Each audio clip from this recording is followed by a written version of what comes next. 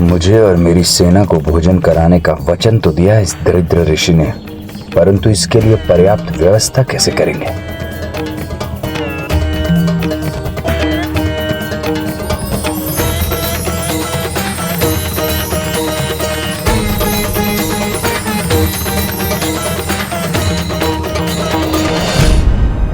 हे प्रभु, हमारे आश्रम में उपस्थित सभी जनों के लिए पर्याप्त भोजन और आसन उपलब्ध करवाने की कृपा कीजिए।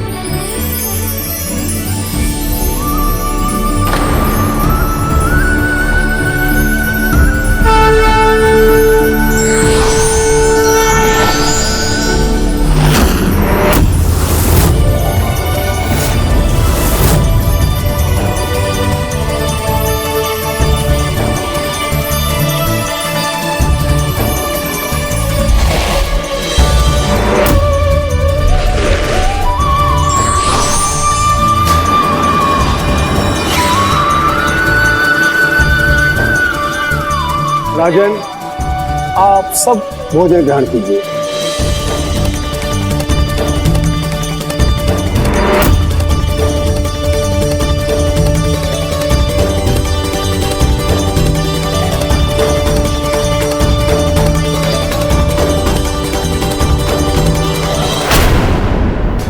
दरिद्र ऋषि ने तो सभी सैनिकों को भोजन करा दिया।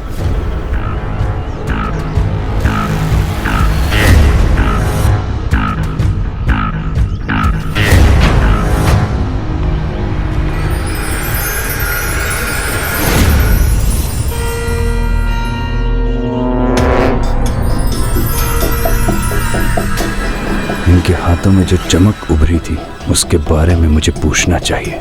ऋषिवर, जिस आश्रम में अभाव ही अभाव दिखाई दे रहा है, वहां पर आपने इतना कुछ कैसे जुटा लिया? बड़े आश्चर्य की बात है। ये सब चमत्कार कैसे किया आपने? बताइए, ऐसा क्या है आपके पास? हमारे पास प्रभु का आशीर्वाद है जो हमें सबल और समर्थ बनाता है। बालक नहीं हूं मैं ऋषिवर, जिसे आप कुछ भी कह के बहला देंगे। बताइए, क्या था आपके हाथ में जिससे आपने इतना सब कुछ संभव किया? प्रभु के आशीर्वाद के रूप में यह है हमारे पास। यह चिंतामणि है जो प्रसन्न होकर मुझे देवराज इंद्र ने दी थी। बस यही हमारी सभी आवश्यकताओं को पूर्ण कर देती है। जो निर्धन को धनवान बना दे, दरिद्र को समृद्ध बना दे, भूखे को भोजन दे दे, ऐसी चमत्कारी मणि का आपके पास होने का कोई औचित्य नहीं है। इस मणि को किसी ऋषि के पास नहीं, मेरे जैसे राजा के पास होना चाहिए। ऋषिवर, हमारे लालन पालन के कारण हमसे जो त्रुटि हुई, उसी के कारण ये किसी से कुछ भी प्राप्त कर लेना अपना अधिकार समझने लगा है। किंतु ऐसा पाप कर इसका भला नहीं होगा। इसे ये मणि मत लेने दीजिए। राजन, विद्या विनम्रता सिखाती है और विनम्रता हमें योग्य बनाती है। मूल्यवान वस्तु वही धारण करता है जो उसके योग्य होता है। राजा कर्ण इस मणि के योग्य हैं या नहीं, यह तो प्रभु ही आभास करवाएंगे। राजा कर्ण को वही प्राप्त होगा जिसके ये योग्य हैं। इस मणि का स्थान मेरी मुट्ठी में है और ये वहीं रहेगी ऋषिवर।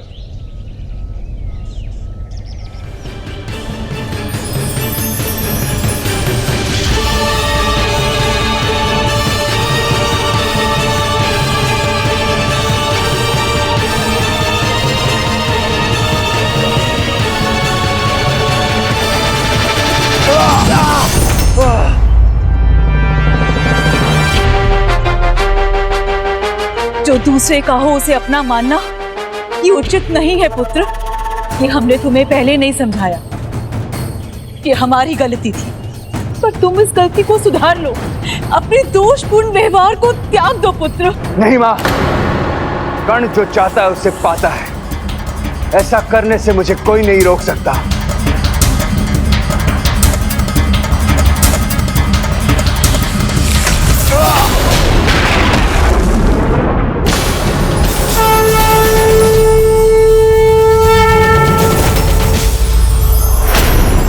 पुत्र, जिसका जो स्थान है उसे वहीं रहना चाहिए। दिव्य मणि प्रभु के चरणों में ही शोभा देती, उसे वहीं रहने दो। सही कहा आपने, जिसका जो उचित स्थान है उसे वहीं रहना चाहिए, और इस मणि का उचित स्थान मेरे पास है, इसलिए ये मणि तो मेरी होकर ही रहेगी। मैंने कहा था ना, ये मणि जिसके चरणों में है वही निर्धारित करेंगे कि इसे कहाँ होना चाहिए। राजा कर्ण को आज वही मिलेगा जिसके वो योग्य है। और मैंने भी कहा था मैं इसे पाकर ही रहूंगा।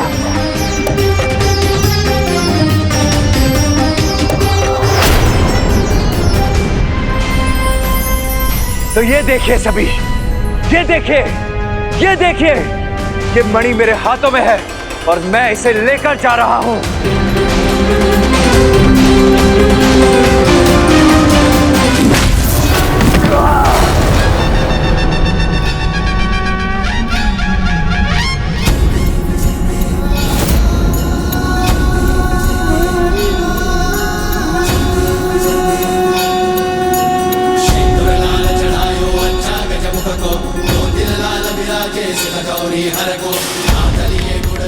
अभी भी समय है पुत्र, प्रभु का कोप बढ़े उससे पहले उनसे क्षमा मांग लो। और जिस दिन कर्ण को किसी ईश्वर की आवश्यकता होगी, वो दिन उसके जीवन का अंतिम दिन होगा। नहीं, ईश्वर भी आ जाए तो भी कर्ण अपने निर्णय से नहीं पीछे हटेगा।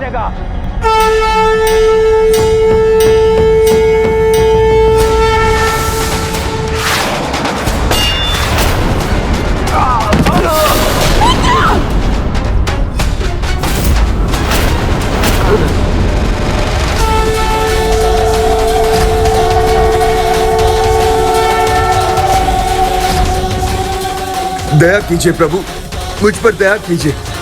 मैं आपसे क्षमा मांगता हूं प्रभु, मैं आपसे दया की भीख मांगता हूं, मुझे क्षमा कर दीजिए प्रभु।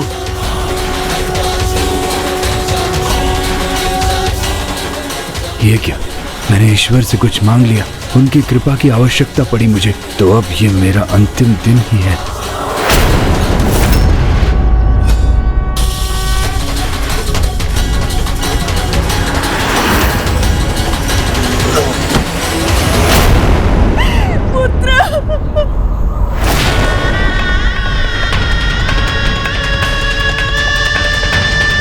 हे प्रभु, हमारा पुत्र हमें दिया कि आपका आशीर्वाद हो। इसी आशीर्वाद का मान न रख सके, उसे बड़ा करने में हमारी गलती थी।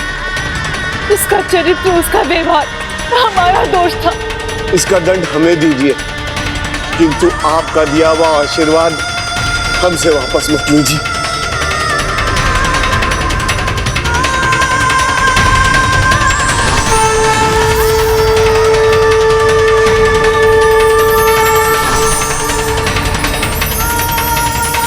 प्रभु, हम दंड के लिए प्रस्तुत हैं, हमें दंड दीजिए, पर हमारे पुत्र कर्ण को प्राण दान दे दीजिए प्रभु। इसमें आपका दोष, आपकी भूल कैसे हुई माँ पिताजी?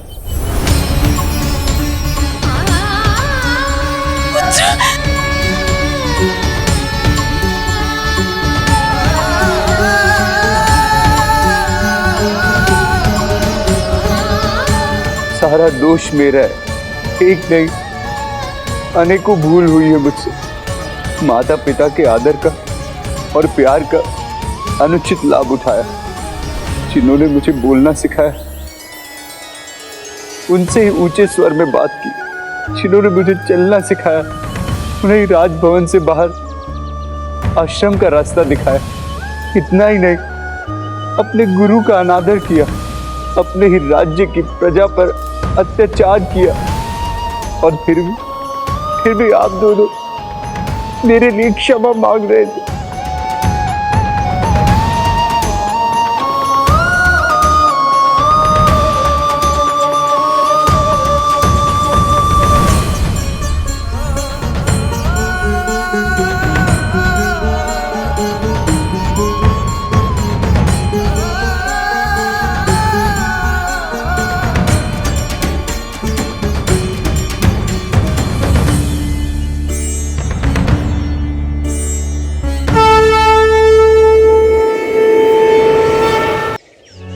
प्रभु, ना ही मैं इस मुकुट के योग्य हूं और ना ही इस चिंतामणि के और ना ही इस जीवन के जो आपने मुझे दिया। भूल स्वीकार करने की शक्ति और उसे सुधारने की इच्छा हो तो व्यक्ति भूल से भी बहुत कुछ सीखता है, और जो भी ऐसा करते हैं उनका पश्चाताप की ओर ये प्रथम पग है। पश्चाताप करने वाले ही क्षमा के अधिकारी होते हैं। इसलिए मैं तुम्हारे सभी पापों और भूलों को क्षमा करता हूँ। सदा स्मरण रखना, कर्ण राजा प्रजा का स्वामी नहीं सेवक होता है। उसका कर्तव्य प्रजा से लेना नहीं, उसे देना है। प्रत्येक माता पिता का कर्तव्य है अपनी संतान का उचित लालन पालन। ना अधिक बंधन ना अधिक स्वतंत्रता, दोनों में संतुलन आवश्यक है। और संतान का धर्म है उसका पालन, क्योंकि जो धर्म का पालन करता है धर्म उसकी रक्षा करता है। प्रभु, आपने समय पर आकर चिंतामणि की रक्षा की, इसके लिए आपको कोटि कोटि धन्यवाद। प्रभु, इस चिंतामणि की दिव्यता के स्रोत आप हैं। वास्तविकता में इस संसार के चिंतामणि आप हैं। मेरी चिंता के साथ साथ महाराज और महारानी की अपने पुत्र के प्रति जो चिंता थी उसे भी आपने हर लिया। मेरे साथ साथ सबके मन में राजा कर्ण के शासन के प्रति जो चिंता थी उसे भी आपने दूर कर दी। अब तो मात्र एक ही मनोकामना है कि यहाँ इस स्थान पर आपके भव्य मंदिर का निर्माण हो। यहाँ आकर भक्त अपनी चिंता से मुक्त हो जाए। हे ऋषिवर, आप जैसे महान भक्त की इच्छा मैं कदापि नहीं टाल सकता। मैं आशीर्वाद देता हूँ। आप मेरी जिस प्रतिमा की आराधना करते हैं उसमें मेरा अंश सदा स्थापित रहेगा, और आपकी इच्छा अनुसार यहाँ मेरी पूजा चिंतामणि गणेश के रूप में होगी, जहाँ सच्चे मन से मेरी पूजा करने वालों की चिंताएं दूर होंगी। और यहाँ इस पावन कुंड में स्नान करने वाले सभी भक्त न केवल अपने विकारों से मुक्त होंगे, अपितु वो असाध्य रोगों से भी मुक्ति पालेंगे। आपकी महिमा अपरंपार, धन्य हो गए। नित्यमेव गणेश पूजन कर्म यन्यूनमधिकं कृतं तेन सर्वेण सर्व आत्मा प्रसन्नुस्तो सदा। तो तभी से ये मंदिर चिंतामणि गणेश मंदिर के नाम से विख्यात है।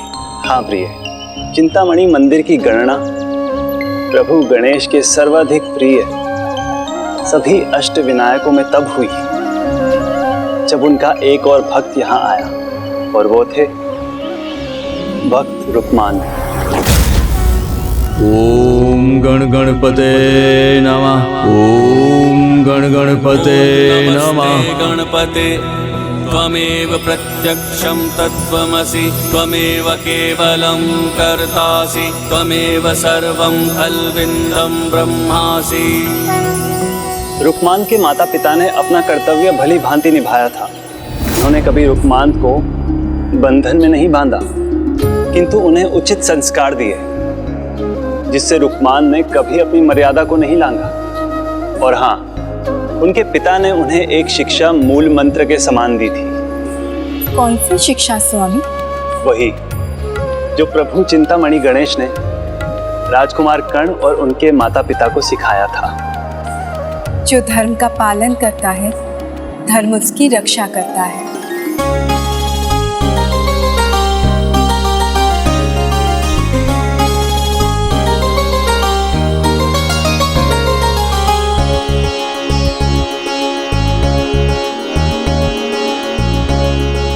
प्रणाम पिताश्री।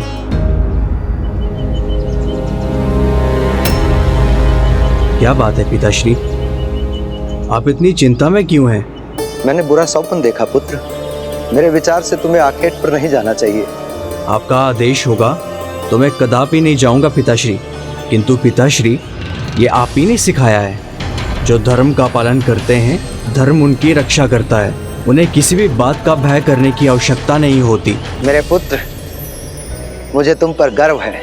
तुमने मेरी ही दी हुई शिक्षा से मेरा ही भय दूर कर दिया। मैं तुम्हें नहीं रोकूंगा पुत्र। वैसे भी तुम्हें उस दुष्ट पशु को नियंत्रण में लाना है जिसने सभी ग्रामवासियों को प्रताड़ित और आतंकित कर रखा है। आप चिंता मत कीजिए पिताश्री, मैं सुरक्षित लौट कर आऊंगा।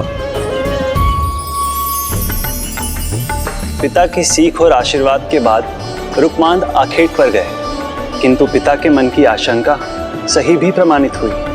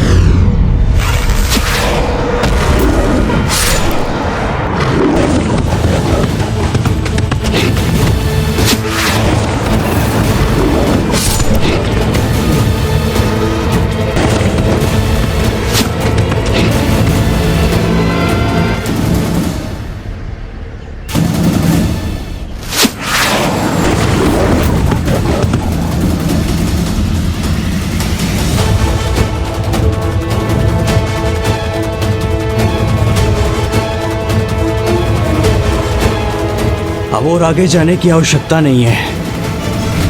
अब वो दुष्ट गांव की ओर कदापि नहीं लौटेगा। कितनी थकान हो गई है और प्यास भी लग रही है।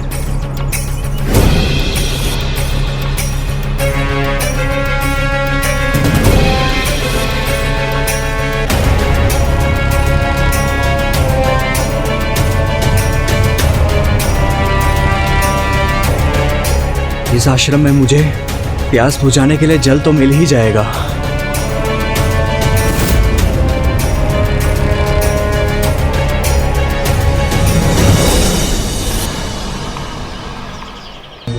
कोई है इस आश्रम में? मुझे थोड़ा जल मिल सकता है?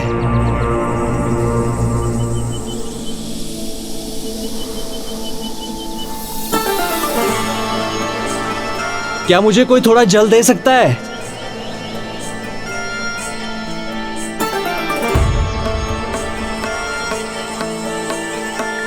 यदि कोई है तो बाहर आने की कृपा कीजिए।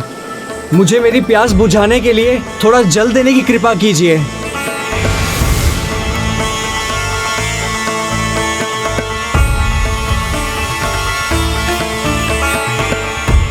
संभव है यहां कोई नहीं है।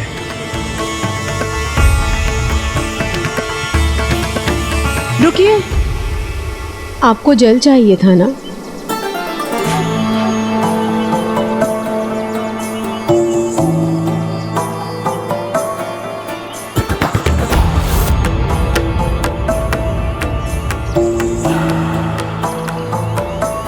ये लीजिए। किंतु जल लेने से पूर्व अपना परिचय तो दीजिए। हे साध्वी, मैं युवराज रुकमांद इस वन में आखेट करने आया था। एक नरभक्षी सिंह का पीछा करते करते थक गया और मार्ग भी भटक गया। मुझे प्यास भी लगी थी और इस आश्रम को देखा तो लगा यहाँ मुझे जल मिल जाएगा। आप चिंता मत कीजिए, आप यहाँ से प्यासे नहीं लौटेंगे। हे साध्वी, मेरा परिचय तो आपको मिल गया। अपना परिचय देने की कृपा करें। मेरा नाम मुकुंदा है।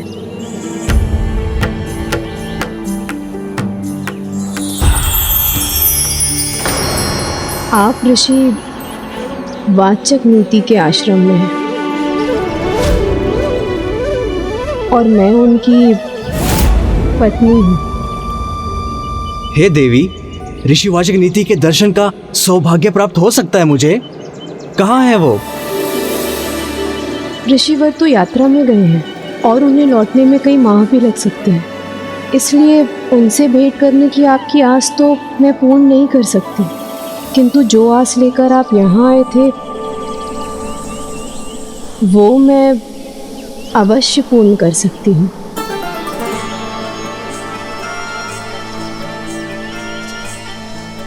सर्वप्रथम इस जल से आप अपनी प्यास बुझाइए।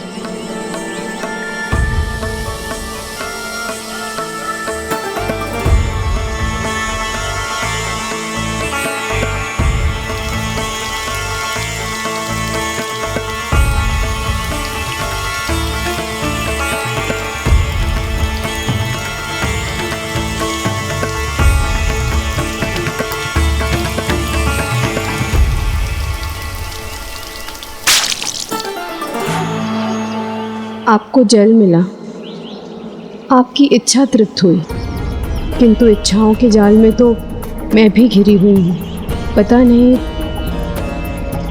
मैं कब तृप्त होंगी।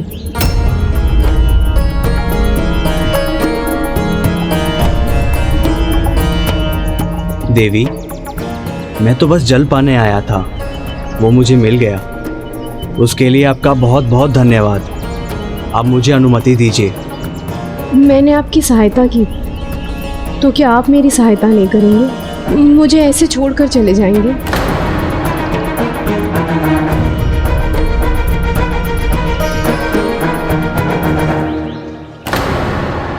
युवराज रुकमांद, मुझे अस्वीकार कर इस प्रकार छोड़कर चले जाएंगे आप? मेरे सौंदर्य, मेरे मान को ठेस पहुंचाकर आप कैसे जा सकते हैं युवराज? कैसे राजपुत्र हैं आप?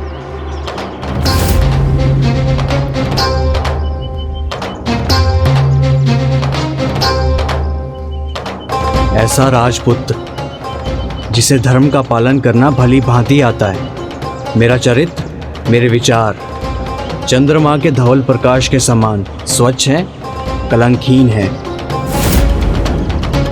ओह, तो आप अपने आप को, अपने विचारों और अपने चरित्र को श्वेत प्रकाश के समान पावन मानते हैं। उचित है फिर। चरित्र भले ही श्वेत रहे, किंतु तन अवश्य ही कलंकित होगा। मैं आपको श्राप देती हूँ कि यदि आप मेरी इच्छा पूर्ण किए बिना यहाँ से चले गए तो आप एक श्वेत चर्म रोग के रोगी बनेंगे।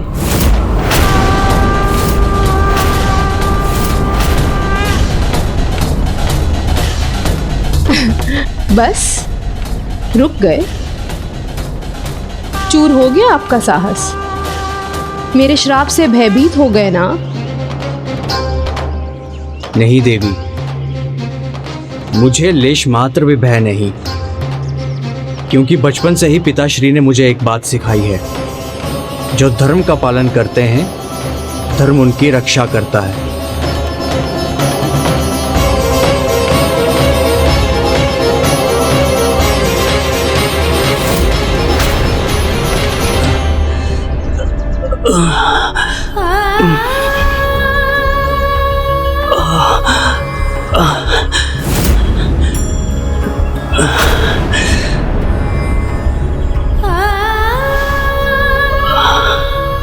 मेरा शाप सार्थक हुआ।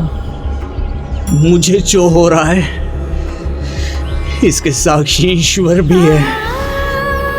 मुझे विश्वास है मेरा धर्म कर्म मुझे कुछ नहीं होने देगा।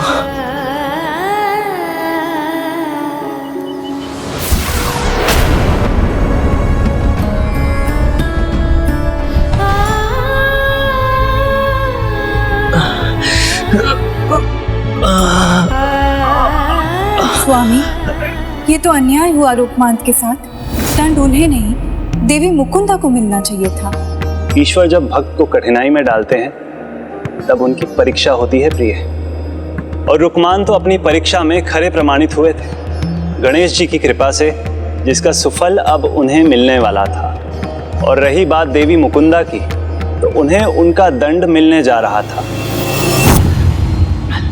मैं अपने धर्म पर अडिग रहा हूं। मेरा धर्म मेरी रक्षा करेगा।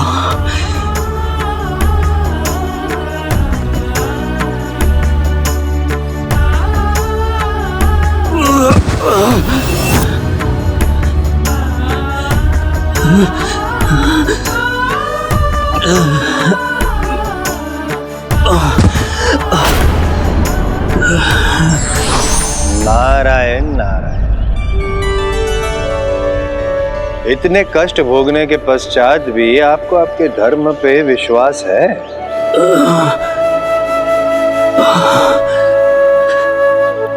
प्रणाम देव ऋषि। हाँ, मेरा विश्वास अडिग है।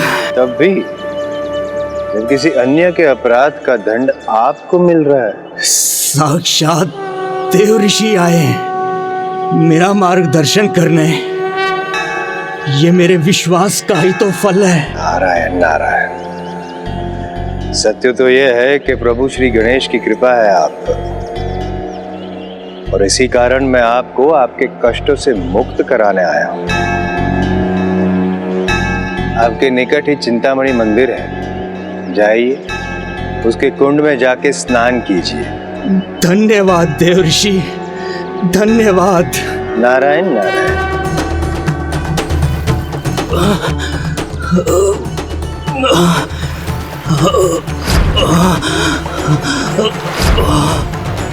और तब उस अवस्था में चिंतामणि मंदिर की यात्रा कर, उस पावन कुंड में स्नान कर, रुक्मान पर प्रभु की कृपा हुई और वो निरोग हो गए।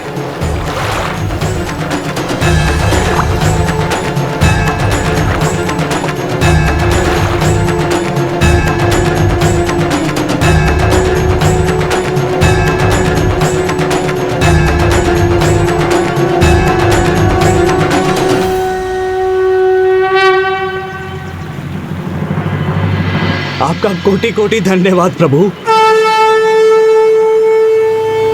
रुक्मान की यात्रा के बाद चिंतामणि मंदिर की यात्रा का प्रचलन हुआ। इसीलिए तो कहते हैं भक्त से ही भगवान है और उन्हीं से उनके मंदिर की महिमा है। जिनके मन में चिंतामणि होते हैं उन्हें किसी बात की चिंता नहीं होती।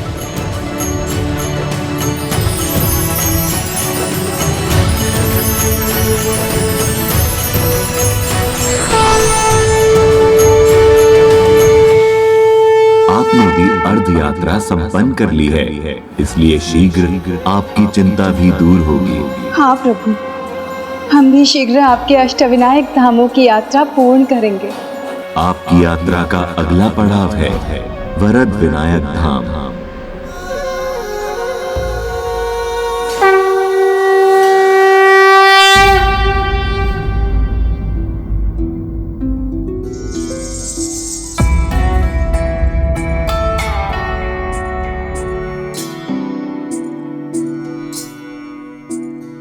क्या हुआ प्रिय? आप इतनी चिंतित क्यों हैं? स्वामी, हम तो अभी भरत विनायक धाम में पहुंच भी गए, किंतु मेरा मन तो अभी भी चिंतामणि कथा में उलझा हुआ है। रुक्मान प्रभु के परम भक्त थे, धर्म पथ पर अडिग थे। इसकी परीक्षा प्रभु ने ली, किंतु देवी मुकुंदा जो धर्म विमुख हुई, उन्हें कोई दंड क्यों नहीं मिला? अधर्म करने वाले को उसका दंड अवश्य मिलता है देवी, और ऐसा ही देवी मुकुंदा के साथ भी होने वाला था। प्रभु वरद विनायक की कथा का संबंध उन्हें मिलने वाले दंड से भी है। धर्म का पालन करने वाले को कभी कोई क्षति नहीं पहुंचा सकता। रुक्मान ने ये प्रमाणित किया था। वहीं दूसरी ओर मुकुंदा ये प्रमाणित करने जा रही थी कि अधर्म के मार्ग पर चलने वाले के पतन के कई मार्ग खुल जाते हैं, और इसके माध्यम बनने वाले थे देवराज इंद्र। देवी मुकुंदा जो अपनों के साथ विश्वासघात करते हैं, उनके विश्वास का हनन भी अवश्य होता है।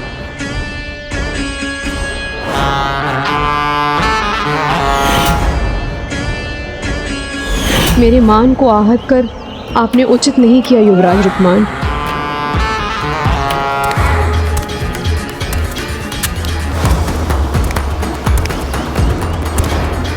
ये किसके पदचाप हैं?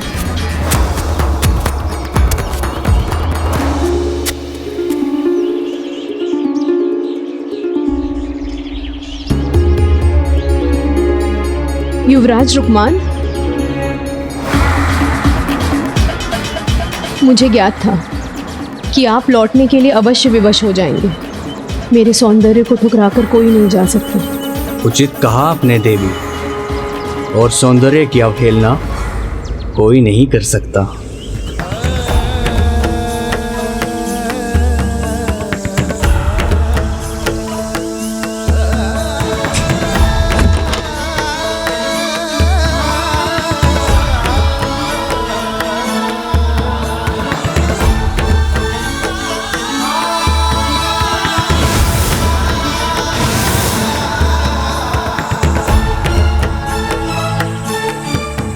मन के विकार, मोह, लोभ, मद, मास्तर्य और काम अपने भीतर प्रवेश करने से पहले ही उसे रोक देना चाहिए, अन्यथा ये मन को भटकाते भी हैं और भ्रमित भी कर देते हैं। किंतु ये व्यक्ति को तब ज्ञात होता है जब उससे कोई बड़ी भूल हो जाती है। देवी, अब मुझे आज्ञा दें।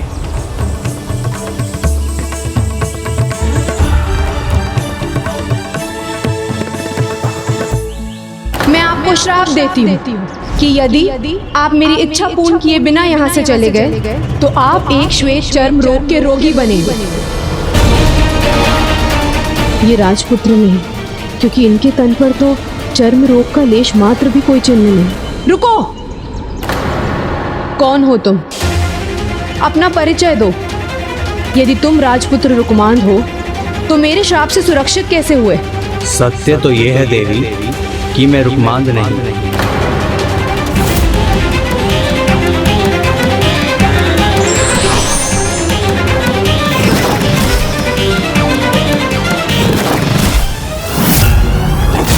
देवराज,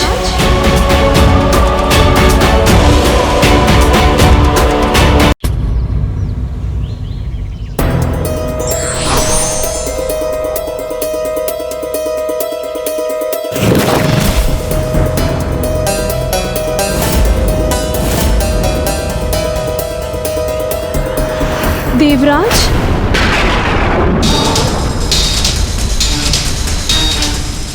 देवराज, मेरे विचारों का ये कैसा दंड दिया है आपने मुझे? आप इसे अपने दुराचार का दंड समझिए।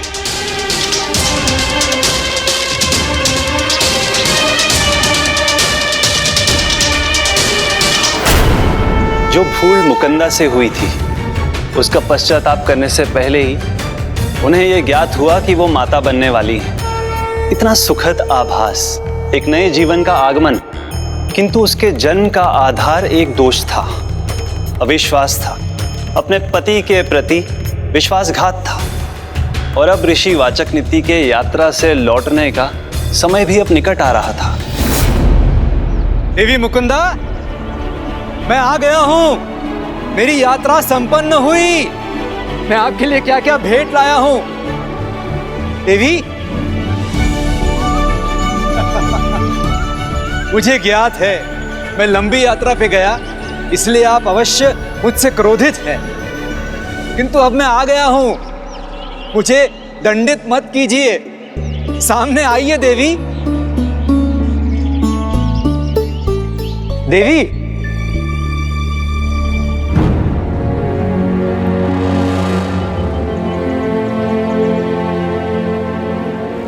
इस प्रकार मुख फेर कर मत रहिए देवी, हमें दर्शन दीजिए।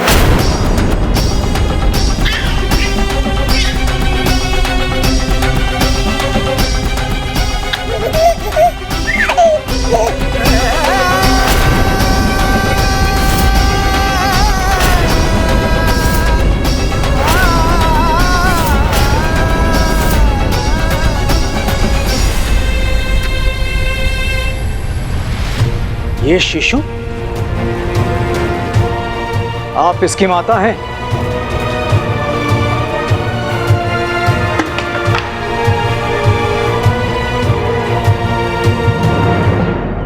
बताइए मुझे, उत्तर दीजिए। मैं समझ गया, आपने मेरे विश्वास को भंग करने का पाप किया है। अब से आपके लिए ना मेरे हृदय में कोई स्थान है, ना मेरे आश्रम में। जाइए, मैं आपको अपने जीवन से निष्कासित करता हूं, निष्कासित करता हूं।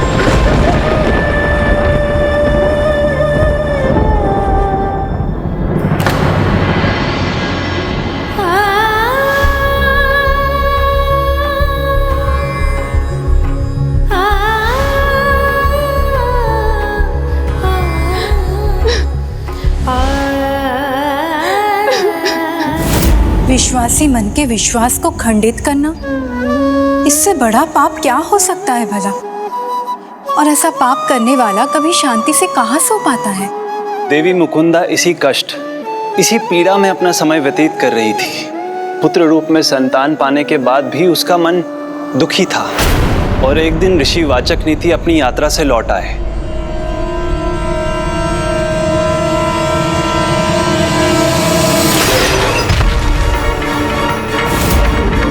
किसका शिशु है ये?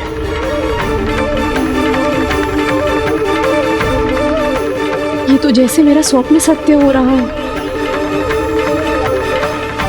आपने मेरे विश्वास को भंग करने का पाप किया है। अब से आपके लिए ना मेरे हृदय में कोई स्थान है, ना मेरे आश्रम में। चाहिए मैं आपको अपने जीवन से निष्कासित करता हूं, निष्कासित करता हूं।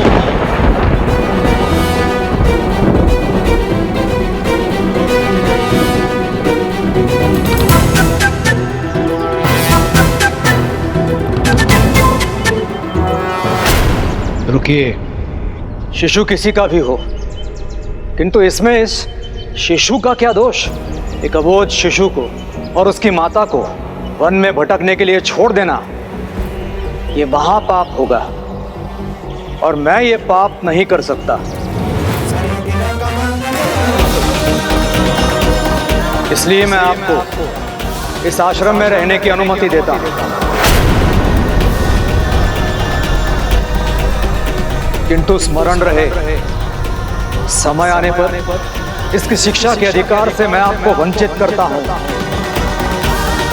ऋषि वाचक नीति ने अपनी महानता का परिचय दिया और उस बालक को अपने पुत्र के रूप में स्वीकार किया और उसे गृहस्मत नाम दिया और उसे शिक्षा भी दी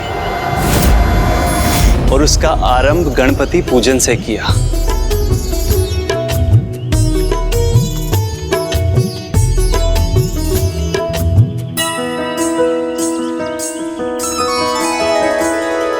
जय गणेश जय गणेश देवा, माता जाकी पार्वती पिता महादेवा।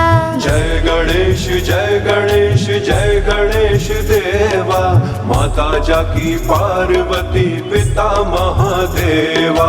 जय गणेश जय गणेश जय गणेश देवा, माता जाकी पार्वती पिता महादेवा।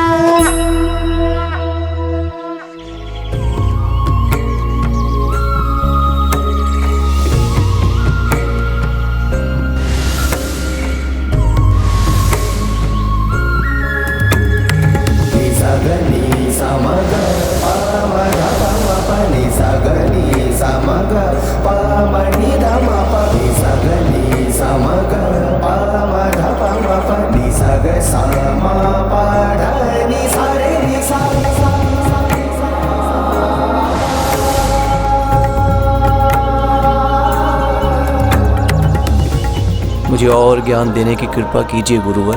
गुरु और पिता होने के नाते मैं तुम्हें जितना ज्ञान दे सकता था मैं दे चुका हूं पुत्र। अब तुम्हें देने के लिए मेरे पास कोई ज्ञान नहीं।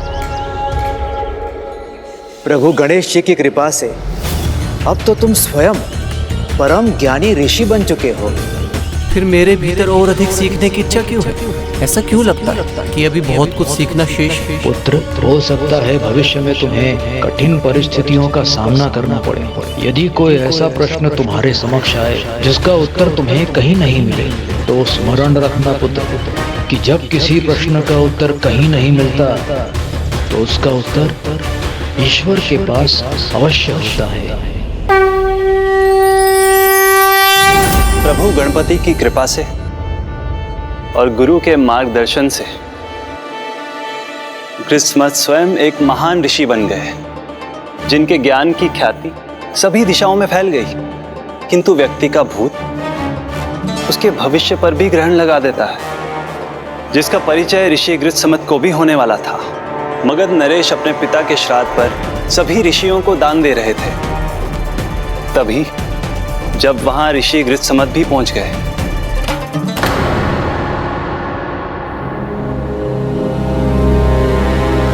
आइए। प्रणाम ऋषिवर। कल्याण हो। आइए, आसन ग्रहण कीजिए। आइए।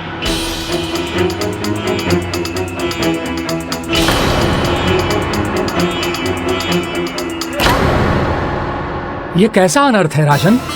एक ऐसे व्यक्ति को जिनका जन्म ही दोष का परिणाम हो, ऋषि तो क्या, ऋषि पुत्र भी नहीं।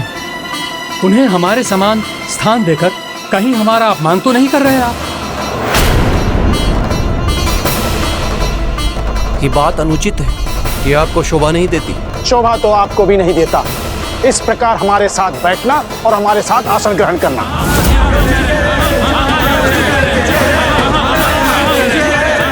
आप सभी से भूल हो रही है। मैं ऋषिवाचक नीति का पुत्र गृहस्थ मद हूँ। पुत्र समान पालन पोषण ही किया है उन्होंने आपका।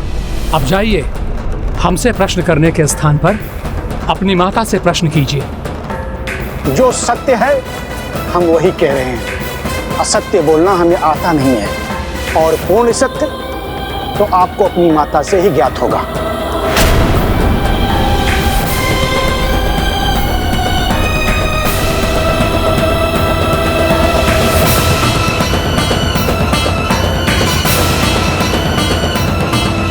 जिनका जन्म ही दोष का परिणाम हो, ऋषि तो क्या, ऋषि पुत्र भी नहीं। और पूर्ण सत्य तो आपको अपनी माता से ही ज्ञात होगा। माँ, मैं आपका पुत्र, मैं आपका अपमान नहीं करूंगा, किंतु भरी सभा में आपका और मेरा अपमान किस कारण से हुआ, ये जानने का अधिकार है मुझे। बताइए माता, क्या मैं ऋषि पुत्र नहीं हूँ? आप इसे अपने दुराचार का दंड समझिए।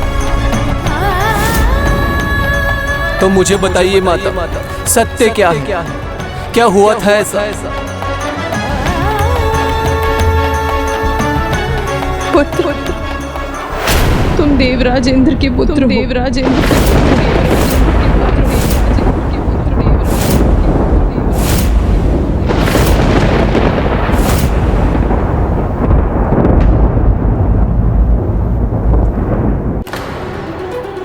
नहीं, ये संभव नहीं है।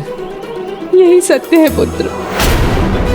जो कुछ भी हुआ वो मेरा दोष था, तुम्हारा नहीं। मुझसे ही ये भारी भूल हुई थी। जिनका जन्म ही दोष का परिणाम हो, ऋषि तो क्या, ऋषि पुत्र भी नहीं। इस जीवन का क्या लाभ जिसमें सभी से उपेक्षा और अपमान का भागी बनूंगा मैं, जिसमें अपमान भरी एक एक श्वास कांटों की तरह चुभेगी मुझे। नहीं पुत्र, अपने जीवन को कोसने का कोई लाभ नहीं। मैं चाहती तो तुम्हें सबसे छुपा सकती थी, तुम्हारे जीवन के आरंभ के साथ ही उसका अंत कर सकती थी, किंतु मैंने ऐसा नहीं किया। मैंने अपनी भूल स्वीकार की, अपने ऊपर दोष लिया, समस्त संसार के अपमान को सहा और तुम्हें सुरक्षित रखा। नहीं माता, ये जीवन नहीं है, ये तो असंख्य कंटकों की चुभन है। जैसे मैं स्वयं एक कटीला पौधा हूँ, ये दिया है आपने मुझे। तो जाइए, मैं भी आपको श्राप देता हूँ, आप भी एक कांटों से भरा पौधा बन जाइए।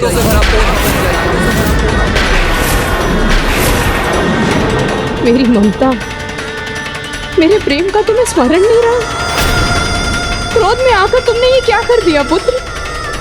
क्रोधवश अपनी माँ को शाप देना एक आसुरी भाव था पुत्र, इसलिए मैं तुम्हें शाप देती हूँ कि तुम्हारा पुत्र एक असुर होगा।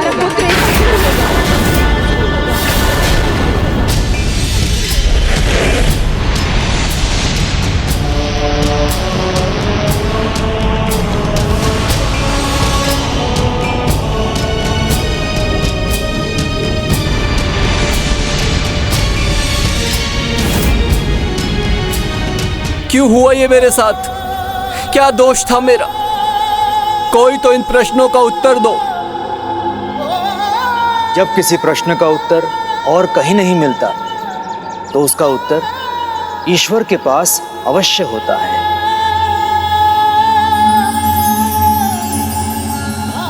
प्रभु, मैंने ये क्यों किया? मैंने अचानक आवेश में आकर अपनी माता को ही शापित क्यों कर दिया? मुझे बताइए प्रभु, मैंने ऐसा क्यों किया? मेरे प्रश्नों का उत्तर दीजिए प्रभु, नहीं तो अपनी माता को दिए श्राप की ग्लानि में झुलसता ही रहूंगा।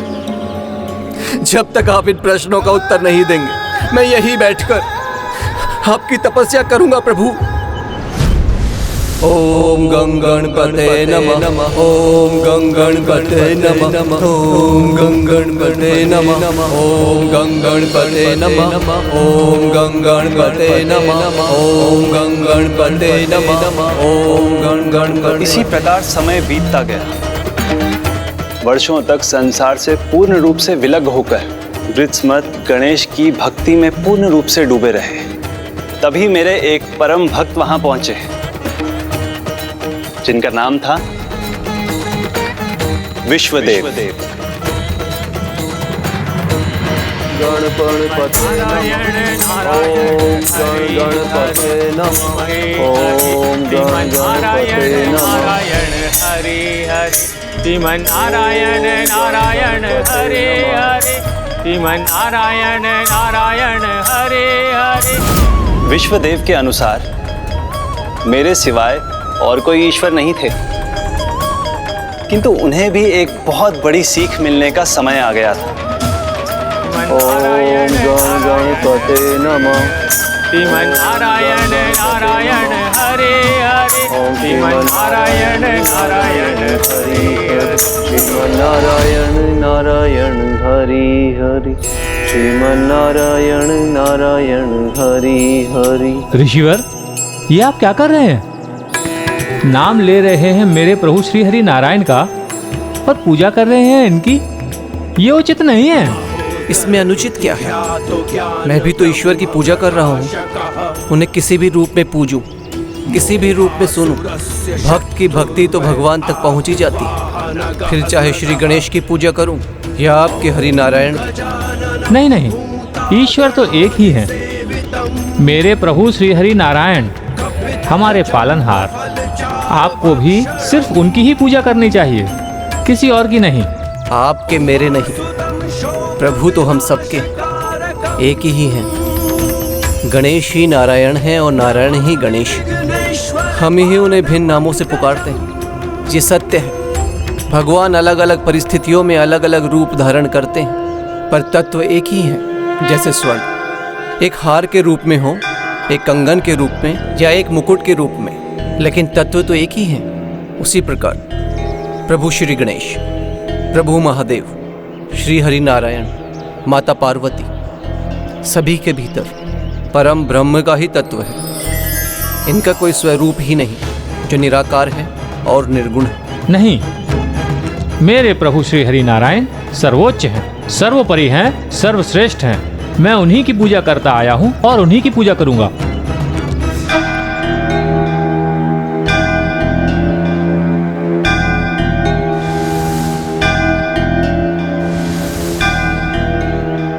अभी ज्ञात हो जाएगा कि सत्य क्या है। मेरे प्रभु कृपा करेंगे।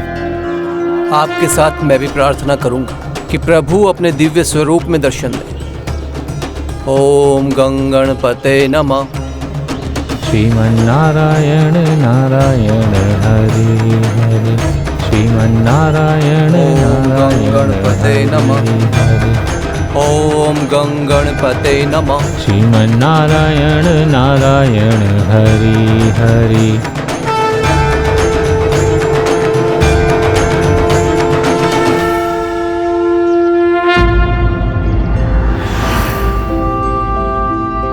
आपने मेरे प्रभु की प्रतिमा क्यों बदल दी? आपने छल किया है मेरे साथ।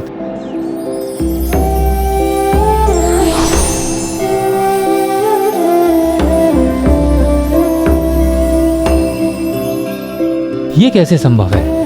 देखिए ऋषिवर, दोनों ही स्थानों पर आप ही के आराध्य हैं। बड़ी विचित्र बात है। यहां भी मेरे प्रभु और वहां भी। ऐसे ही भक्ति भाव से देखेंगे तो दोनों ही स्थानों पर आपको प्रभु गणेश जी के दर्शन होंगे।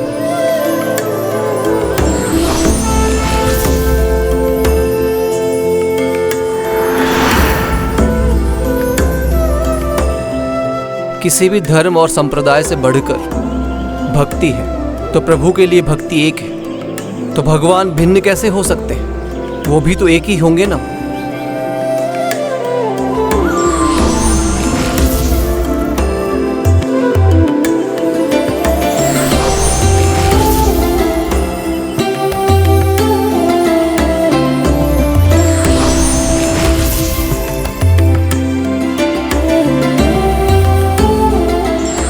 मैं आपका संकेत समझ गया मेरे प्रभु। भक्त को कभी भक्ति का अभिमान नहीं होना चाहिए, मन में भक्ति का भाव रखना चाहिए।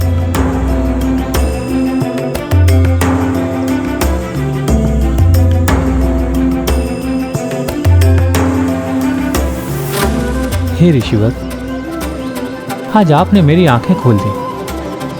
भेदभाव की भक्ति से ऊपर उठकर प्रभु के दिव्य दर्शन पाकर धर्म को उचित प्रकार से समझ सका। अब यही कामना है, इस निर्जीव स्थान पर आप जिस भी प्रयोजन से ये पूजा कर रहे हैं, प्रभु उसे समझकर शीघ्र आपकी मनोकामना पूर्ण करें। ऋषिवर, अब मुझे आज्ञा दीजिए। इस प्रकार एक भक्त ने दूसरे भक्त की आंखें खोल दी, उन्हें ये ज्ञान दिया कि ईश्वर भिन्न रूप में होने पर भी एक ही है। महत्व इसका नहीं कि भक्त ईश्वर को किस रूप में पूजे, महत्व तो इसका है कि भक्त की भक्ति कितनी सच्ची है, क्योंकि उसी से भगवान की कृपा मिलती है। और ऋषि गृहस्मत ने अपनी अपूर्व निष्ठा से लंबे समय तक पूजा कर ऐसी भक्ति का प्रमाण दिया था। तो अंततः ओम श्री गणेशाय नमः। ओम श्री गणेशाय नमः। भक्त गृहस्मत, मैं तुमसे प्रसन्न हुआ।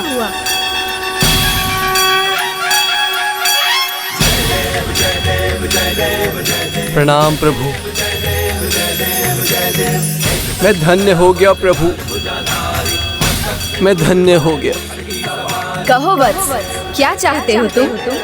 भक्त क्या चाहता है प्रभु? आपकी भक्ति में लीन रहना, और कुछ नहीं चाहिए मुझे, बस इतना ही वरदान दीजिए। क्या तुम भूल गए? तुम्हारे मन में कुछ प्रश्न थे तुम्हारी माता को लेकर।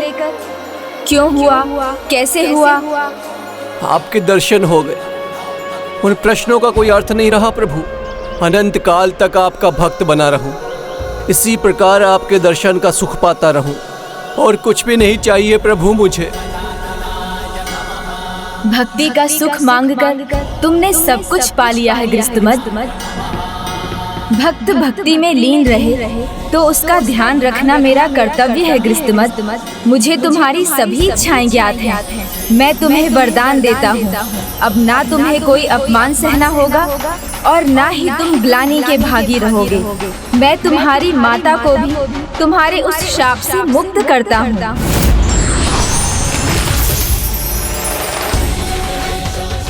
जब तक ये सृष्टि रहेगी, तुम सदा मेरे भक्त के रूप में जाने जाओगे। इस स्थान पर जहाँ तुम्हें मेरे दर्शन प्राप्त हुए, वहीं एक भव्य मंदिर स्थापित होगा, जिसका नाम वरद विनायक मंदिर होगा, जहाँ जो भी भक्त तुम्हारी कथा सुनते और सुनाते हुए आएंगे, उनकी इच्छाएं बिना मांगे ही पूर्ण हो जाएंगी।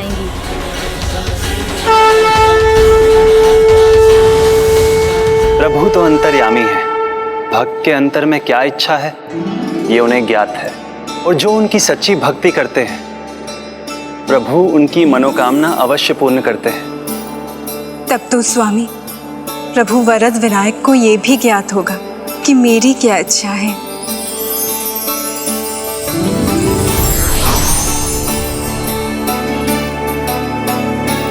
हाँ माता, आपकी मनोकामना पूर्ण होने का समय अब निकट है। आपकी अष्टविनायक यात्रा अब संपन्न जो होने वाली है। इस यात्रा में आपका अगला पड़ाव है गिरिजात्मक गणपति धाम।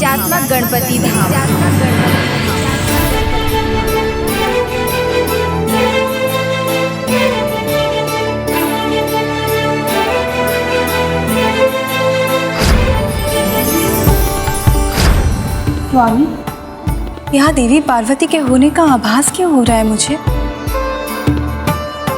वो इसलिए देवी, क्योंकि इस मंदिर की महिमा का संबंध बहन पार्वती से है।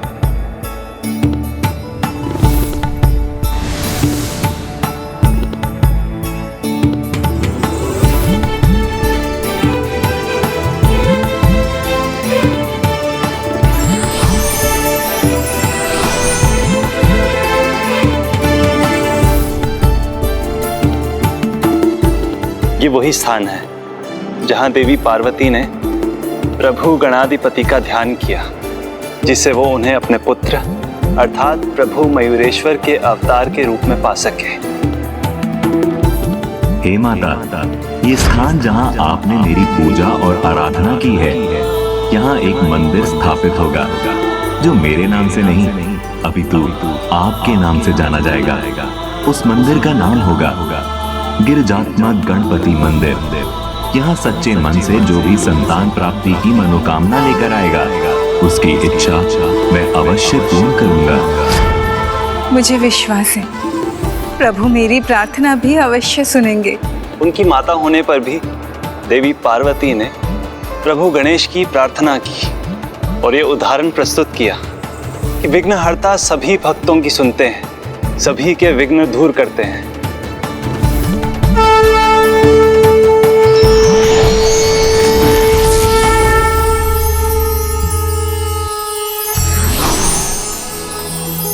नमस्ते ब्रह्म रूपाय विष्णु रूपाय ते नमः। माता नमस्ते रुद्र रूपाय करि रूपाय ते नमः। विश्वरूप स्वरूपाय नमस्ते ब्रह्मचारिणे भक्त प्रियाय। वो समय भी शीघ्र आएगा माता, किंतु अभी तो आपको अगले अष्ट विनायक धाम विघ्नेश्वर विनायक धाम जाना है।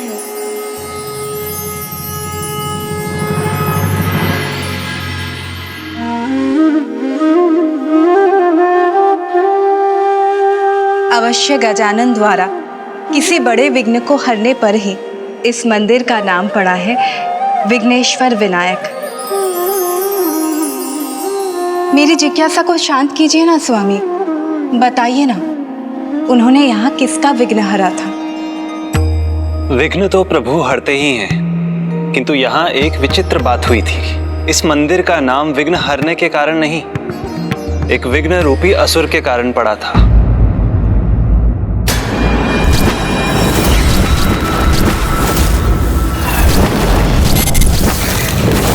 मंदिर और एक असुर के नाम पर? दूसरे के मार्ग में विघ्न डालने वाले ये भूल जाते हैं कि वो विघ्न उन पर भी भारी पड़ सकता है।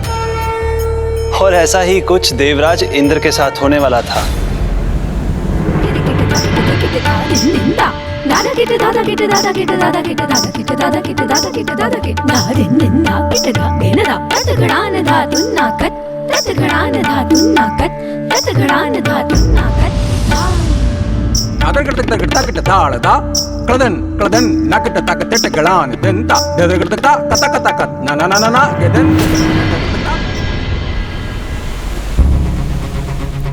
कैसा प्रकाश है ये?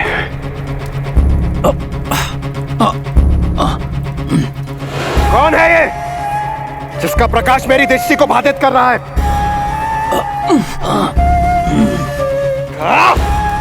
किसका दुस्साहस है ये जो बार बार मेरे आनंद में बाधा उत्पन्न कर रहा है? अभी जाकर से दंडित करता हूं। नारायण नारायण। हम देवऋषि व्यर्थ में क्रोधित हो रहे हैं आप देवराज। ये तो किसी के यज्ञ का परिणाम है, इसे कैसे रोकेंगे आप? देवऋषि कौन है ये? राजा अभिनंदन, जिसकी तपोशक्ति शीघ्र ही आपकी शक्ति से भी अधिक होने वाली। नारायण नारायण। ओम स्वाहा ओम स्वाहा ओम स्वाहा ओम स्वाहा ओम स्वाहा ओम स्वाहा ओम स्वाहा ओम स्वाहा। तो यह है राजा अभिनंदन जो अनंत यज्ञ कर रहे हैं। ये कोई साधारण यज्ञ नहीं है देवराज, इसे रोकना कदाचित आपके लिए कष्टदायी भी हो सकता है। सावधान रहिएगा देवराज। नारायण नारायण। ओम स्वाहा ओम स्वाहा ओम स्वाहा। राजा अभिनंदन, जिसकी तपोशक्ति शीघ्र ही आपकी शक्ति से भी अधिक होने वाली। ओम ओम स्वाहा। देव ऋषि ने मुझे सावधान अवश्य किया है, किंतु मुझे कोई न कोई युक्ति अवश्य ढूंढनी होगी। राजा अभिनंदन मुझसे अधिक शक्तिशाली बन जाए, उसके पूर्व मुझे इस यज्ञ को रोकना होगा। देवराज,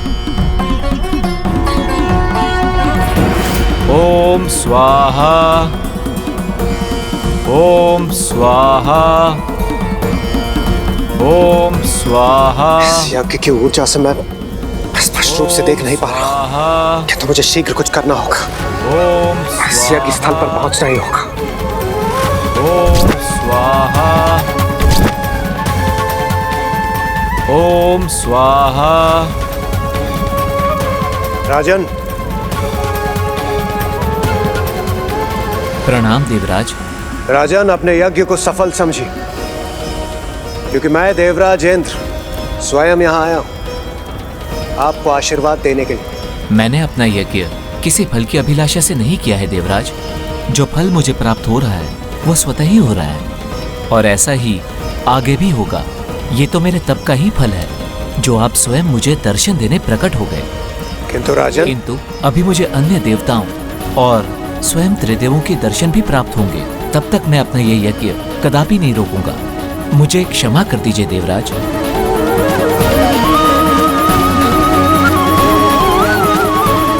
ओम स्वाहा।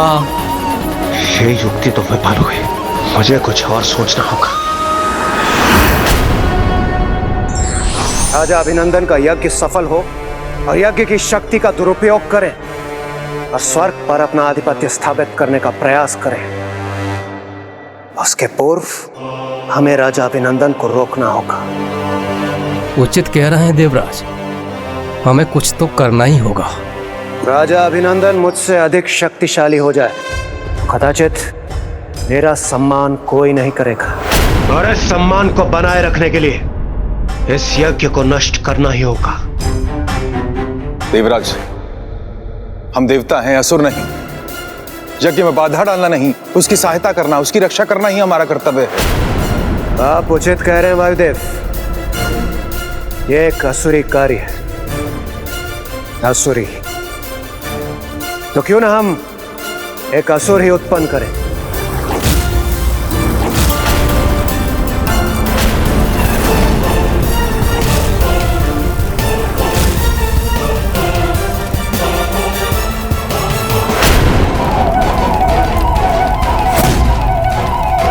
राजा अभिनंदन के यज्ञ को भंग करने के लिए क्यों ना हम एक असुर उत्पन्न करें। असुर उत्पन्न करें, असुर उत्पन्न करें। जो देवगन, यही उचित होगा। हम सभी अपनी शक्तियों के मिश्रण से एक शक्तिशाली असुर उत्पन्न करेंगे। शक्तिशाली।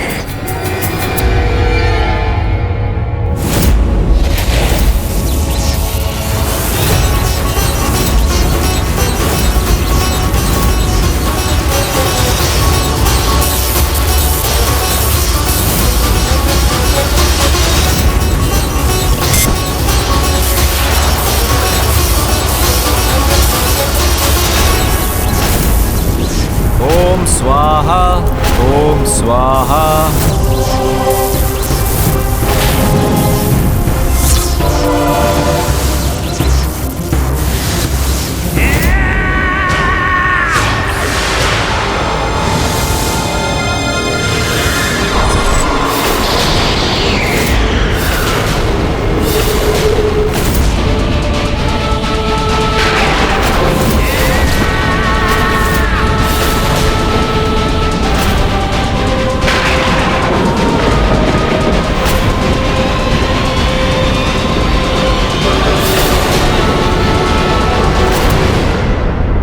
कौन हूं मैं, क्यों और किसने की है मेरी रचना?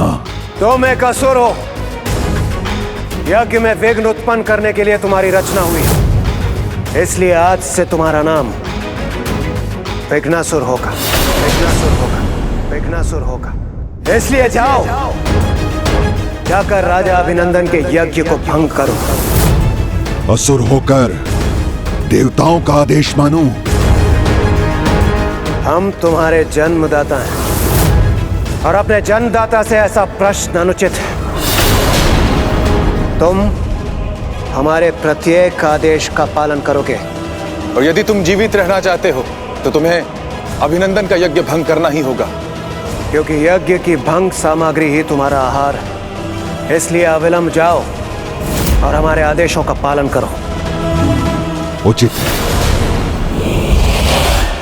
ओम स्वाहा, ओम स्वाहा, ओम स्वाहा, ओम स्वाहा। आहार चाहिए मुझे, यज्ञ भंग कर अपना आहार चाहिए। ओम स्वाहा, ओम स्वाहा, ओम स्वाहा,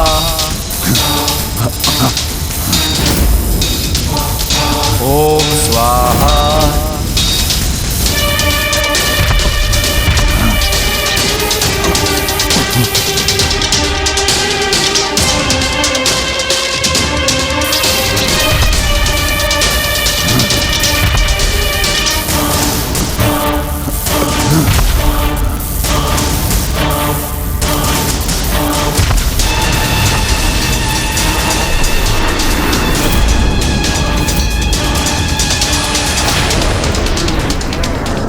यह असुर तो राजा अभिनंदन की यज्ञ ऊर्जा में ही विलीन हो रहा है। कदाचित ये सफल हो ही नहीं सकता। चिंता मत कीजिए वायुदेव, हमें शीघ्र ज्ञात हो ही जाएगा हम सफल हुए या फिर हमें और प्रयास की आवश्यकता है।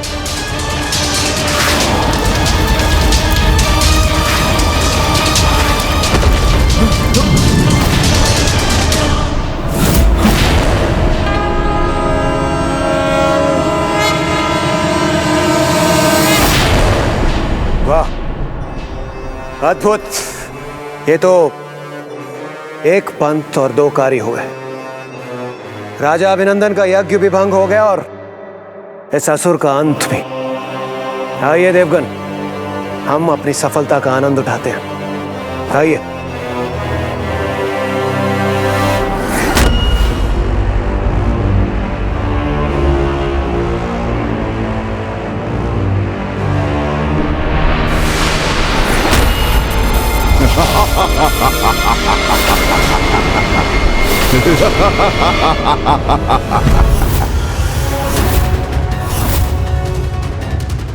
आहार पाकर आनंद आ गया। कौन हो तुम? मुझसे क्या शत्रुता है तुम्हारी? मेरा यज्ञ क्यों भंग किया तुमने?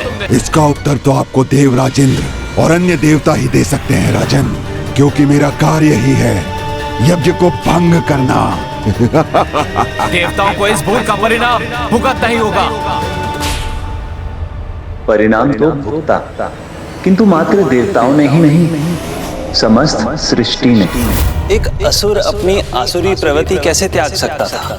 यज्ञ के हविष्य का स्वाद उसके मुख पर लग गया था। अब तो वो संसार के सभी यज्ञ के हविष्य को अपना आहार बना लेना चाहता था। इसलिए वो संसार के सभी यज्ञों को नष्ट करने लगा।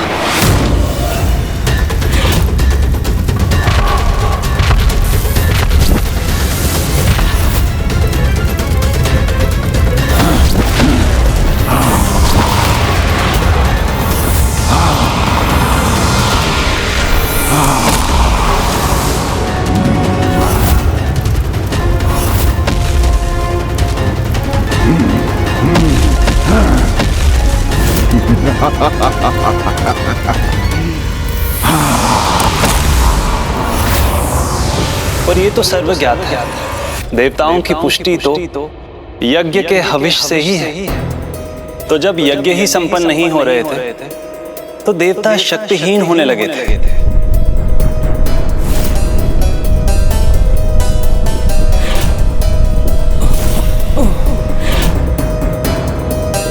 विघ्नासुर के भय से सृष्टि पर सभी यज्ञ बंद हो गए। तो देवताओं ने एक और उपाय सोचा।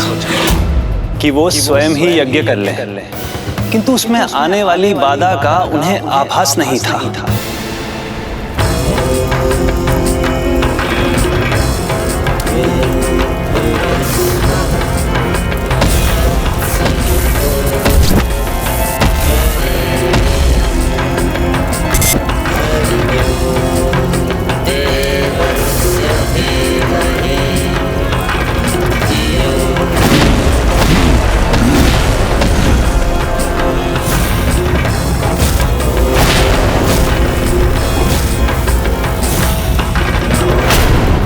और खसुर, देवताओं से उत्पन्न होने के बाद भी तुम्हारी प्रवृत्ति असुरी ही है। इतने बड़े मूर्ख हो तुम, अपने जीवन दाता के यज्ञ में आधा उत्पन्न करने के लिए प्रस्तुत हो गए। एक असुर के भीतर आसुरी प्रवृत्ति नहीं होगी तो क्या होगा देवराज इंद्र? आप एक बात भूल रहे हैं कि खंडित यज्ञ की सामग्री ही मेरा आहार है, और जब कहीं और कोई यज्ञ नहीं हो रहा तो इसी यज्ञ से अपना आहार प्राप्त करूंगा मैं। मेरा जीवन जीवन अब तुम्हारे जीवन के अंत होने का समय आ ही गया।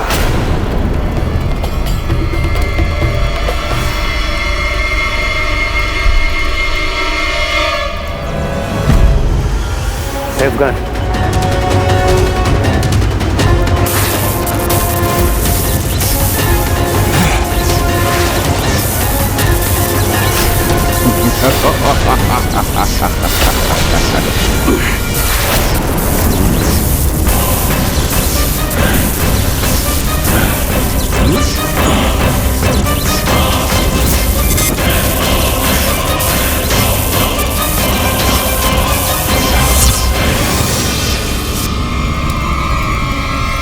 आप भूल रहे हैं मैं आप सभी की ऊर्जाओं से ही उत्पन्न हुआ हूं, तो ये ऊर्जाएं मुझे हानि कैसे पहुंचा सकती हैं? देवगण, ये सत्य कह रहा है, हम इसे क्षति नहीं पहुंचा सकते। तो फिर हम क्या करेंगे देवराज? इसे रोकने का क्या कोई उपाय नहीं?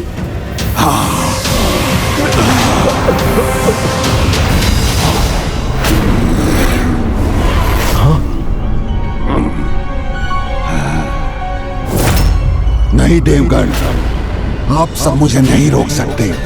देवता होकर भी अपने ही द्वारा उत्पन्न किए गए प्राणी को उसका आहार प्राप्त करने से कैसे रोक सकते हैं आप?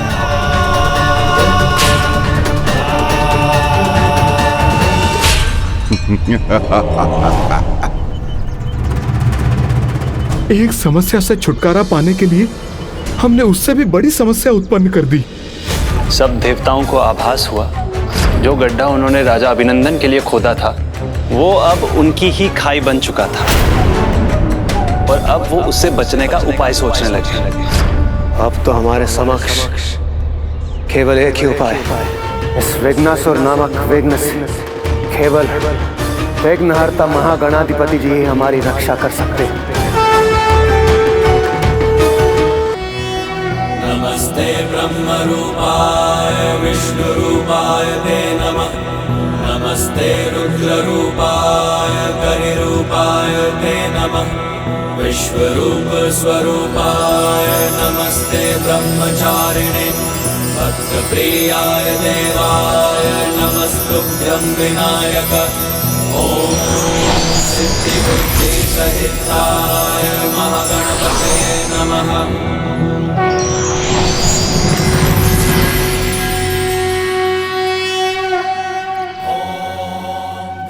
हे प्रभु महागणाधिपति जी, हम देवता आपसे विनती करते हैं, हमारी सहायता कीजिए।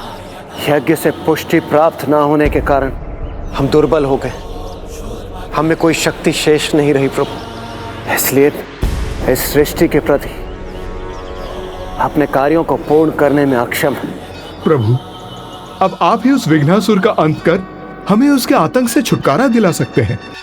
किसी अन्य के लिए विघ्न उत्पन्न करने से पहले ठीक से विचार करना चाहिए कि उस विघ्न से संसार को किसी बड़ी हानि का सामना तो नहीं करना पड़ सकता है। आप सब ने यज्ञ में बाधा डालने का महापाप किया है, आप सब मेरी सहायता के नहीं, दंड के अधिकारी हैं।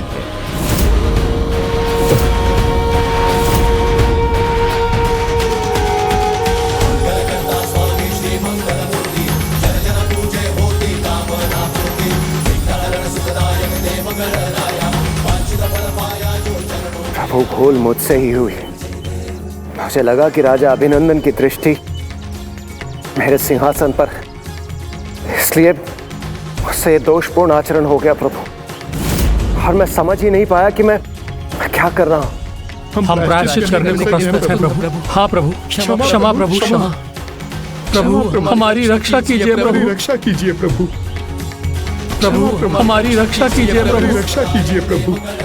मैं अवश्य आपकी सहायता करूंगा, किंतु आप सबको भी ये सौगंध लेनी होगी, भूल से भी भविष्य में ऐसा कार्य आप सब नहीं करेंगे। स्वीकार है प्रभु, स्वीकार है, स्वीकार है। तो उचित है, मैं अपने गणेश स्वरूप में आपकी सहायता करूंगा, किंतु अपनी भूल को सुधारने के लिए अभी आप सबको एक और यज्ञ करना होगा।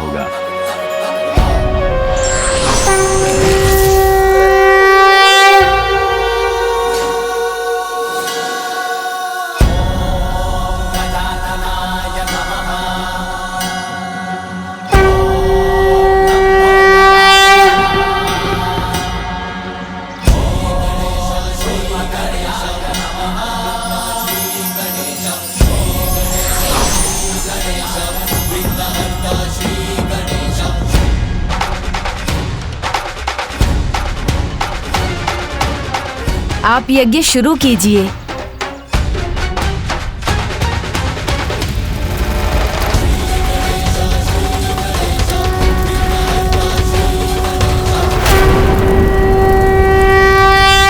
इस बार देवताओं ने श्री गणेश का नाम लेकर उनकी पूजा के साथ यज्ञ आरंभ किया, किंतु विघ्नासुर को यज्ञ में विघ्न डालने तो आना ही था, तो वो आया।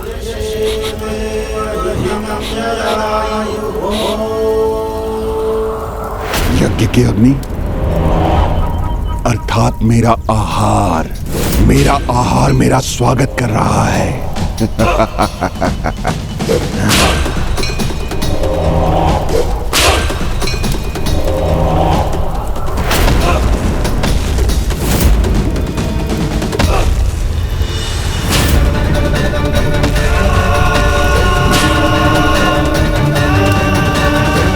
मेरे जन्मदाताओं,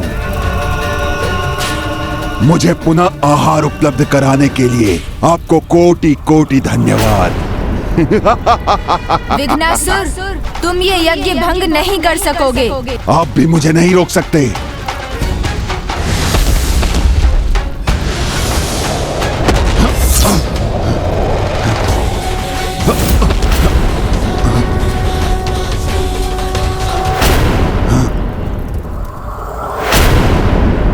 मुझे मेरा आहार चाहिए।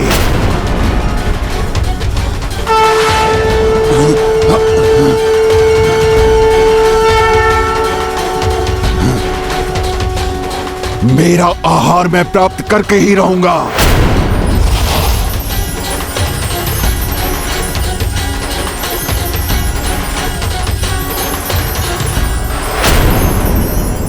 देवताओं की ऊर्जा से और ऊर्जा प्राप्त हो रही है मुझे।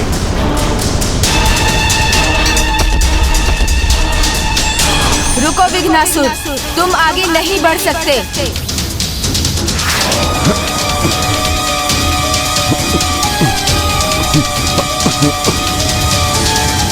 ओम पूर्णाधर्वी परापत सुपूर्णा पुनरापत वस्त्रे विक्रीणा वाइष्मूर्ज शतक्रतो स्वाहा। ओम सर्ववै पूर्ण स्वाहा स्वाहा।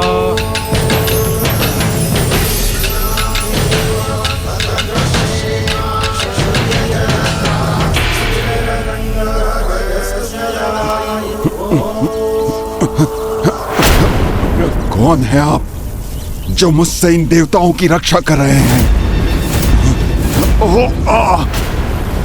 इतना जानने का अधिकार तो मुझे है कि देवताओं की ऊर्जा से परिपूर्ण होने पर भी ये कौन है जो मुझे शक्तिहीन कर रहा है?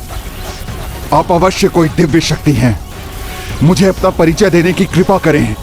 मुझसे भूल हुई है तो उसका दंड मैं स्वीकार करूंगा, किंतु पहले आप अपना परिचय देने की कृपा करें। बताना होगा आपको कि आप कौन हैं।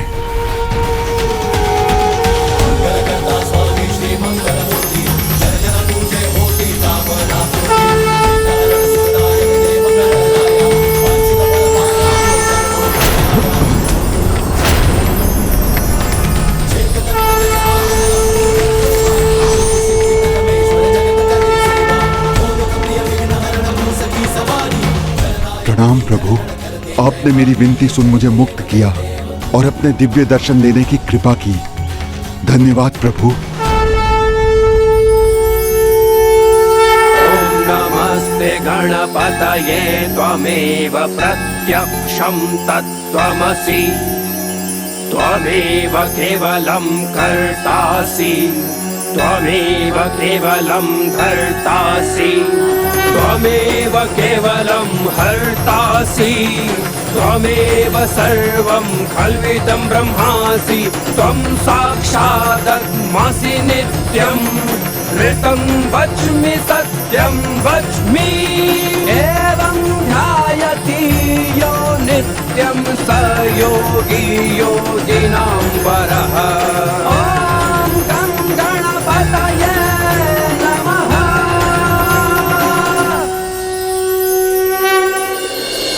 देवराज, यह असुर कहीं प्रभु श्री गणेश का स्तुति गान कर उन्हें प्रसन्न कर ले और उनसे कोई वरदान ना प्राप्त कर ले।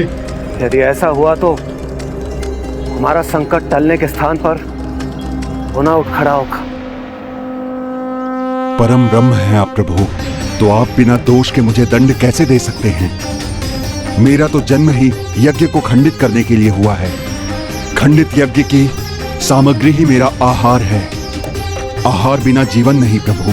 तुम उचित कहते हो विघ्नासुर, इसमें तुम्हारा नहीं दोष देवताओं का था, किंतु सच्चे मन से यज्ञ करने वाले ऋषि मुनियों का भी तो कोई दोष नहीं, जिनके यज्ञ भंग कर तुम उनकी सामग्री को अपना आहार बनाते हो। प्रभु, अनजाने में ही सही ऋषि मुनियों को मैं कष्ट देता हूँ, किंतु मैं विवश हूँ। अब आप ही बताइए प्रभु, मैं क्या करूँ? तुम्हारा जन्म हुआ है तो तुम्हें भी भोजन अवश्य मिलेगा विघ्नासुर, किंतु किसी भी यज्ञ से नहीं।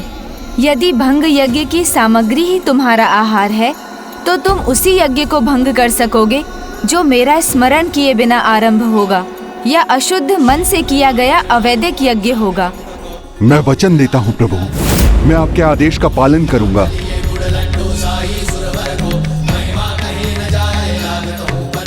असुर होते हुए भी तुमने अपनी भूल स्वीकार की, मेरे आदेश का पालन करने का वचन दिया, इसलिए मैं तुम्हें आशीर्वाद देता हूँ। यहाँ इस स्थान पर मेरा एक मंदिर स्थापित होगा जिसका नाम तुम्हारे नाम पर होगा। इस स्थान पर मेरा नाम तुम्हारे नाम के साथ सदा के लिए जुड़ जाएगा। विघ्नेश्वर विनायक के नाम से मेरा यहाँ पूजन होगा। जो भी यहाँ आकर अपनी भूल स्वीकार कर पश्चाताप करेगा उसे क्षमा प्राप्त होगी और श्रद्धा से यहाँ भक्ति न्योछावर करने वालों को अपने विघ्नों से मुक्ति भी मिलेगी।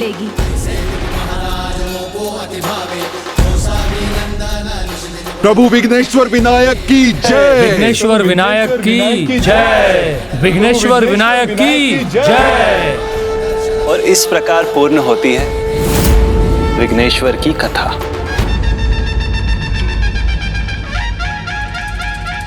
हे प्रभु, हे विघ्नेश्वर विनायक, हमें आशीर्वाद दीजिए कि हमारी शेष यात्रा में कोई विघ्न न आए और हम इस यात्रा को पूर्ण कर सकें। तो ज्ञान ब्रह्म प्रकाशकः मोहासुरस्य शत्रुर्वै आहुवाहनगः। मैं पग पग पर आपका सहायक रहूंगा, इसलिए आपके मार्ग में अब कोई विघ्न नहीं आएगा। अब आपको अगले और 8वें धाम महागणाधिपति मंदिर पहुंचना है।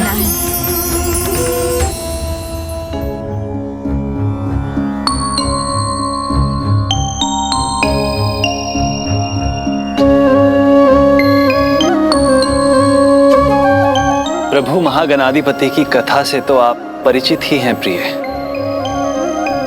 नहीं तो स्वामी। स्मरण नहीं है आपको?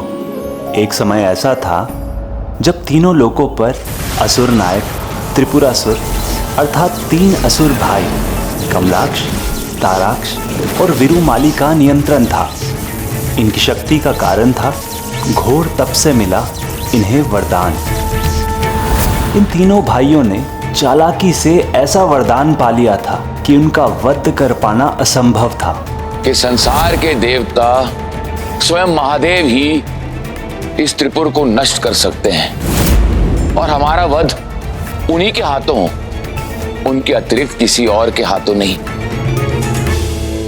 तथास्तु, तथास्तु। जब इन पापियों के विनाश का समय आया, अंत में स्वयं प्रभु महादेव को ही उनका सामना करने आना पड़ा। भयंकर युद्ध हुआ, उसकी पूरी सेना का अंत हुआ, किंतु त्रिपुरासुर का नहीं। जब महादेव पाखंडी त्रिपुरासुर का वध करने के लिए कठिनाई का सामना कर रहे थे, जब स्वयं मैं और ब्रह्मदेव त्रिपुरासुर का वध करने के लिए महादेव की सहायता के लिए आए थे, तब भी त्रिपुरासुर का वध करना असंभव हो रहा था और समय निकलता जा रहा था। फिर विश्वकर्मा जी ने पृथ्वी को रथ बनाया, सूर्य और चंद्र उसके पहिए बने। मेरु पर्वत उसका धनुष और वासुकी उसकी डोर और मैं स्वयं बाण बना। किंतु रथ पर महादेव के आरूढ़ होते ही रथ डगमगाने लगा। तभी आकाशवाणी हुई, त्रिपुरासुर के अंत का विघ्न तभी हटेगा। प्रथम पूज्य विघ्नहर्ता की प्रथम पूजा का नियम आपके उदाहरण से स्थापित हो, जिसके बाद शुद्ध मन और भक्ति से किए जाने वाले किसी धर्म कार्य में कभी कोई विघ्न न आए। आज की ये पौर्णमी महागणपति तिथि अनंत काल तक संसार में स्थापित रहेगी और मैं इन्हीं सहस्त्र नामों का जाप कर गणेश की पूजा करूंगा। तब महादेव ने अपने ही पुत्र विघ्नहर्ता गणेश की पूजा की। पूजा कर रहे पुत्र की शिव जटाधर, संग बैठी पार्वती माता भी सादर।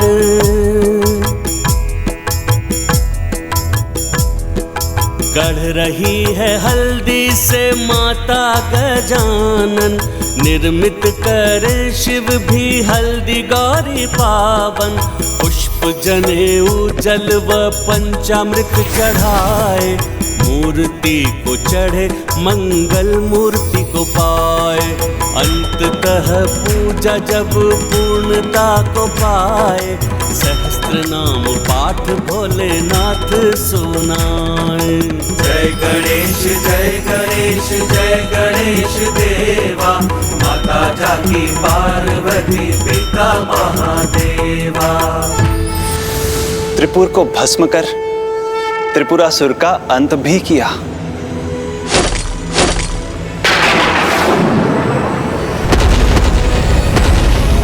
यदि गिरिजात्मक गणेश माता द्वारा अपने पुत्र की पूजा के प्रतीक थे, तो महागणाधिपति मंदिर इसके प्रतीक हैं।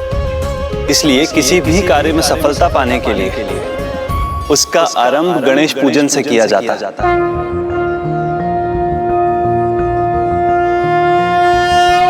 नमस्ते ब्रह्मरूपाय विष्णुरूपाय ते नमः।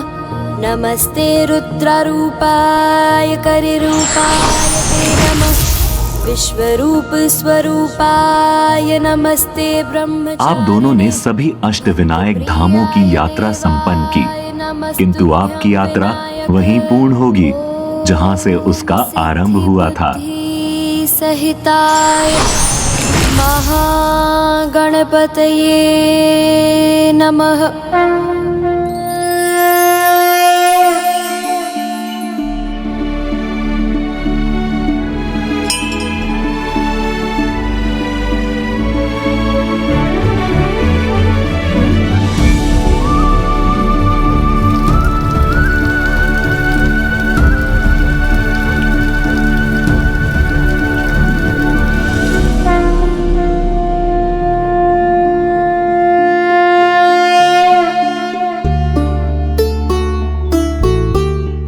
मयूरेश्वर, कृपा कीजिए, हमें दर्शन दीजिए प्रभु।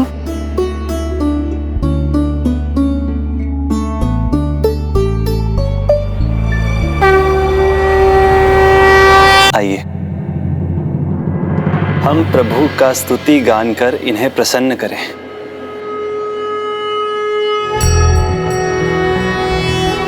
नमस्ते ब्रह्मरूपाय विष्णुरूपाय ते नमः। नमस्ते रुद्ररूपाय करिरूपाय ते नमः। विश्वरूप स्वरूपाय नमस्ते ब्रह्मचारिणे। भक्तप्रियाय देवाय नमस्तुभ्यं विनायक।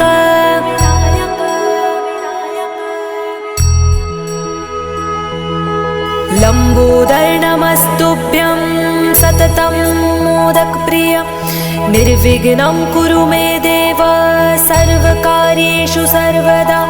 त्वां विघ्नशत्रु दलनेति च सुंदरेति।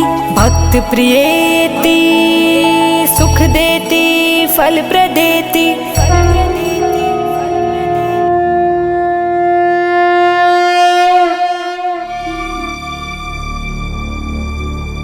स्वामी, प्रभु दर्शन क्यों नहीं दे रहे?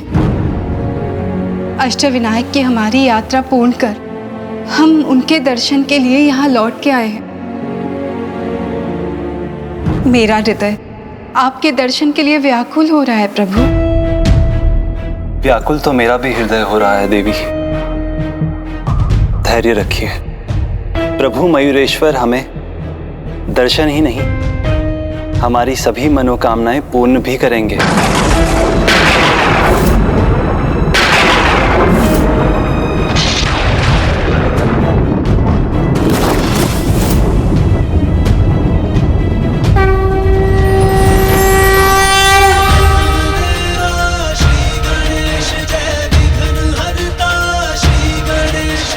हमारी मन की इच्छा तो आपको ज्ञात है प्रभु, अब वो कब फलित होगी?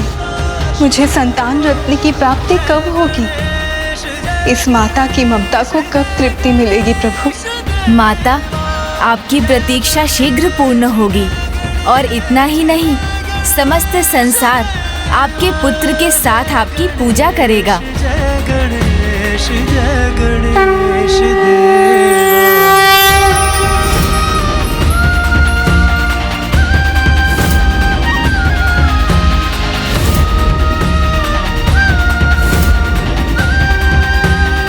समस्त संसार आपके पुत्र के साथ आपकी पूजा करेगा। प्रभु, आपके वचन सुनकर मेरा हृदय अपने पुत्र को देखने के लिए और भी आतुर है। मुझे ये सौभाग्य कब प्राप्त होगा प्रभु?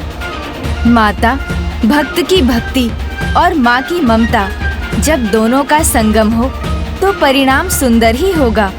किंतु अभी आपको जगत भ्रमण के लिए निकलना होगा, क्योंकि संसार को आपके आशीर्वाद की प्रतीक्षा जो है।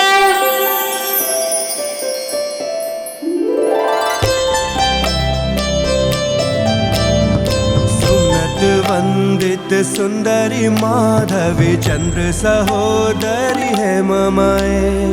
मुनि गण वंदित मोक्ष प्रदायनी मंजुल भाषिणी वेदनुते। वेद पुराण इतिहास वैदिक मार्ग। देखिए ना, सभी ने कितनी निष्ठा से आपका व्रत रखा, आपकी पूजा की और आपकी कृपा दृष्टि पाने की लालसा है सभी को। विष्णु वक्षः स्थलारूढ़ भक्त मोक्ष प्रदायिनी। श्लो शंख चक्र गदा हस्ते विश्वरूपिणी ते जयः। जगन्मात्रे च मोहिन्यै मंगलम शुभ मंगलम। दूसरों का बुरा करने वाले ये भूल जाते हैं कि वे जैसा बीज बो रहे हैं उन्हें भी वैसा ही फल प्राप्त होगा।